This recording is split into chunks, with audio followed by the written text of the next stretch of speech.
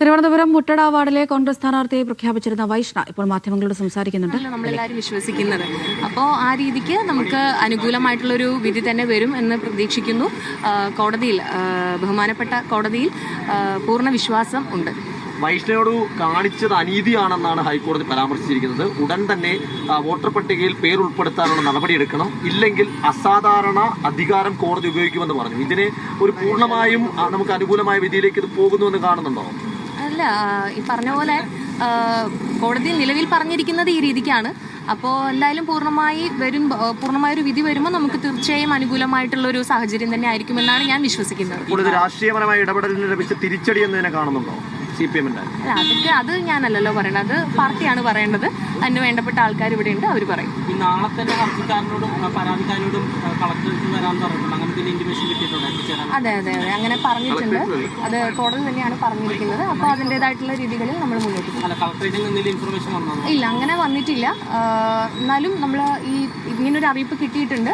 അപ്പോൾ അത് കളക്ടറേറ്റുമായി ബന്ധപ്പെട്ട് നമ്മൾ അതിൻ്റെതായി മുന്നോട്ട് പോകും. ഈ വൈഷ്ണ രാവിലെ കളക്ടർക്ക് പരാതി നൽകിയതിന് അപ്പീൽ നൽകിയതിന് പിന്നാലെ പരാതിക്കാരന് ഇപ്പോൾ വീണ്ടും പരാതി നൽകിയിട്ടുണ്ട്. അദ്ദേഹത്തിൻ്റെ വാദം കൂടെ കേൾക്കണം, ഹിയറിംഗ് വിളിക്കുമ്പോൾ അദ്ദേഹത്തിൻ്റെ വാദം കൂടെ കേൾക്കണമെന്ന്. അപ്പോൾ വിടാൻ തീരുമാനിച്ചിട്ടില്ല. അപ്പോൾ അതെങ്ങനെ നേരിടും? അല്ല, ഈ പറഞ്ഞ പോലെ നമുക്ക് നിലവിൽ ഇങ്ങനൊരു സാഹചര്യത്തിൽ നിൽക്കുമ്പോൾ നമുക്ക് പൂർണ്ണമായ വിശ്വാസമുണ്ട്. അതായത് നമ്മുടെ നിയമങ്ങളിലും കോടതിയിലും എല്ലാം, ബഹുമാനപ്പെട്ട കോടതിയിലും നിയമങ്ങളിലും എല്ലാം നമുക്ക് പൂർണ്ണമായ വിശ്വാസമുണ്ട്. അപ്പോൾ അതുകൊണ്ട് കൂടുതലൊന്നും തന്നെ പറയാനില്ല. നമുക്ക് അനുയോജ്യമായ ഒരു വിധി തന്നെ വരും എന്നുള്ളത് തന്നെയാണ് നമ്മുടെ പ്രതീക്ഷ. പ്രചാരണം ഇന്ന് പുനരാരംഭിക്കുമോ? തീർച്ചയായും പ്രചാരണം പുനരാരംഭിക്കാൻ തന്നെയാണ് പാർട്ടി നിർദ്ദേശവും. അതുപോലെ തന്നെ മുന്നോട്ട് പോകും. ഇതിനകത്ത് പറയേണ്ട ഒരു കാര്യം,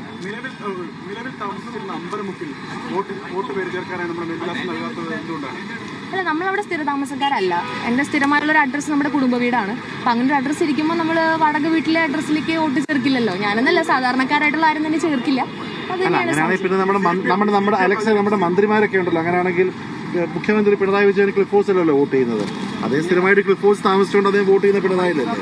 അല്ലെങ്കിൽ ഇവിടെയുള്ള പല നേതാക്കളും CPM ആരോപിക്കുന്ന ഒരു കാര്യം, വോട്ടിന് ഒരിക്കലും വലിയ പ്രക്ഷോഭം രാജ്യത്ത് നടത്തുമ്പോൾ അത്തരമൊരു വ്യാജ വോട്ട് ചേർക്കാൻ ശ്രമിച്ചു എന്നൊരു ഗുരുതരമായ ആരോപണമാണ്. അത് വ്യാജ ഒരാള് അവരുടെ വോട്ടുകൾ, ലോക്സഭാ വോട്ടുകൾ, നിയമസഭാ വോട്ട് ഒരു സ്ഥലത്ത് വോട്ട് ചെയ്തു. അവർ വീട്ടുകാരവിടെ ജീവിക്കുന്നു. ആ കുട്ടിയുടെ മാതാപിതാക്കൾ എത്രയോ കാലമായിട്ട് അവിടെ വോട്ട് ചെയ്യുന്നു.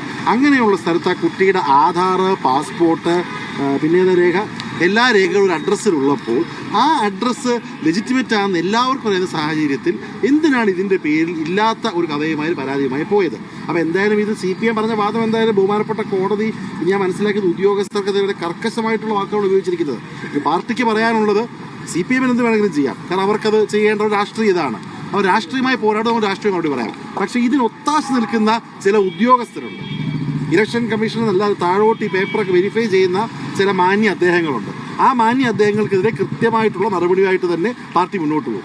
ഇവിടെ ഒരാൾ മത്സരിക്കുന്ന ഒരു പെൺകുട്ടി, കഷ്ടപ്പെട്ട് ജീവിക്കുന്ന സാധാരണക്കാരുടെ വീട്ടിൽ പെൺകുട്ടി 24-ാം വയസ്സിൽ മത്സരിക്കുമ്പോൾ ആ പെൺകുട്ടിക്ക് മത്സരിക്കാനുള്ള ബേസിക് അവകാശം പോലും നൽകാതെ അവർക്കെതിരെ ഇങ്ങനെ കാര്യങ്ങൾ ചെയ്യുന്നതിന് ശക്തമായിട്ടുള്ള ജനരോഷം ഉണ്ടായിട്ടുണ്ട്. എന്തായാലും ഒരു നന്ദി ഞാൻ ഇത് ചെയ്ത ആളുകളോട് പറയുകയാണ്. ഇത് കാരണം മുട്ടടയും തിരുവനന്തപുരം മാത്രം അനുജരുന്ന വൈഷ്ണയെ ഇന്ന് കേരളം ഒന്നടങ്കം ഏറ്റിരിക്കുകയാണ്. തിരുവനന്തപുരം ജില്ലയിൽ ആദ്യം ജയിക്കാൻ പോകുന്ന കോർപ്പറേഷൻ സീറ്റ് വൈഷ്ണയുടെ.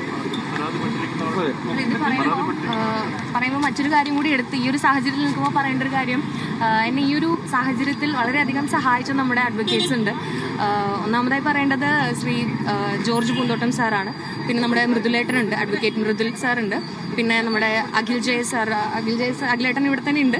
അപ്പോൾ ഇവർ മൂന്നുപേർക്കും പ്രത്യേകിച്ചൊരു നന്ദി പറയാൻ ഞാൻ ആഗ്രഹിക്കുന്നു. മാത്രമല്ല, സപ്പോർട്ട് ചെയ്ത എല്ലാവർക്കും, നമ്മുടെ ലീഡർഷിപ്പിനായാലും പാർട്ടിയാണ് വലുതെന്നുള്ളതാണ്. പാർട്ടിക്കും എല്ലാവർക്കും, ലീഡർഷിപ്പിരിക്കുന്ന എല്ലാവർക്കും നന്ദി പറയാനും കൂടി ഞാൻ ഈ അവസരം ഉപയോഗിക്കുകയാണ്.